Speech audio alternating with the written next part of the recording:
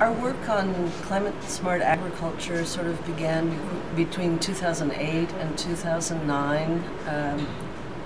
I think I first did a paper with EFAD on climate financing, and one of the recommendations of that paper was that it would be good to have a sort of premium credit in terms of mitigation for activities that had both mitigation and adaptation benefits. And from there I started to collaborate with Leslie Lipper in the economics department, working more on trade-offs and synergies between mitigation and adaptation. But our first idea was, when we were looking at the financing, we noticed that there was so much more financing available for mitigation. And so we were thinking, how can the agriculture sector benefit from that? So we looked at mitigation and the co-benefits of mitigation, which were more the adaptation and food security, productivity benefits. But as we began to work more in the field, when we started our Climate Smart Agriculture project, and we realized that the food security needs and development needs of developing countries dictated that adaptation rather than mitigation was the short-term priority, and therefore the entry point for climate smart agriculture. And also in speaking with farmers, that productivity, because that is their main concern, what is going to happen to their yields. And so in speaking with farmers, to guarantee food security under a changing climate, adaptation is imperative and urgent and necessary. So it has to be the sort of first step, the entry point in developing countries to build a climate smart sort of approach to agriculture. And how does this go out into the farm? I know you have 3 projects. FAO has 3 projects in Malawi, Vietnam, and Zambia. How do you get this out to the farms? Okay, this first phase of the project is a readiness phase.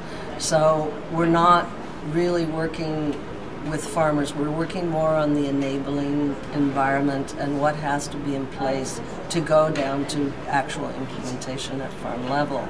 So we've been working on creating an evidence base. We use NOAA historical climate data. We use the LSMS household surveys of the World Bank for socioeconomic and looking at farmer decision making.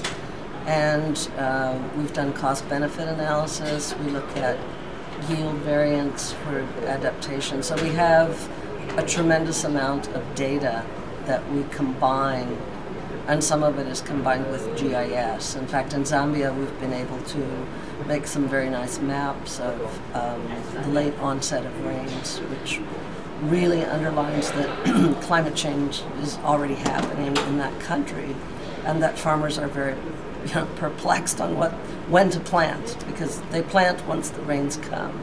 So it's almost like a month late, and that means that the growing season is also 1 month shorter. So there's risks that some of the crops may not mature, and so possible solutions are either early maturing varieties, or there are some traditional drought-resistant varieties, and Norway in Zambia is actually looking at the yield differential between those 2 options. So to go a bit back, how do you think climate-smart agriculture in any way, if so, relates to the UNFCCC process and the meetings here?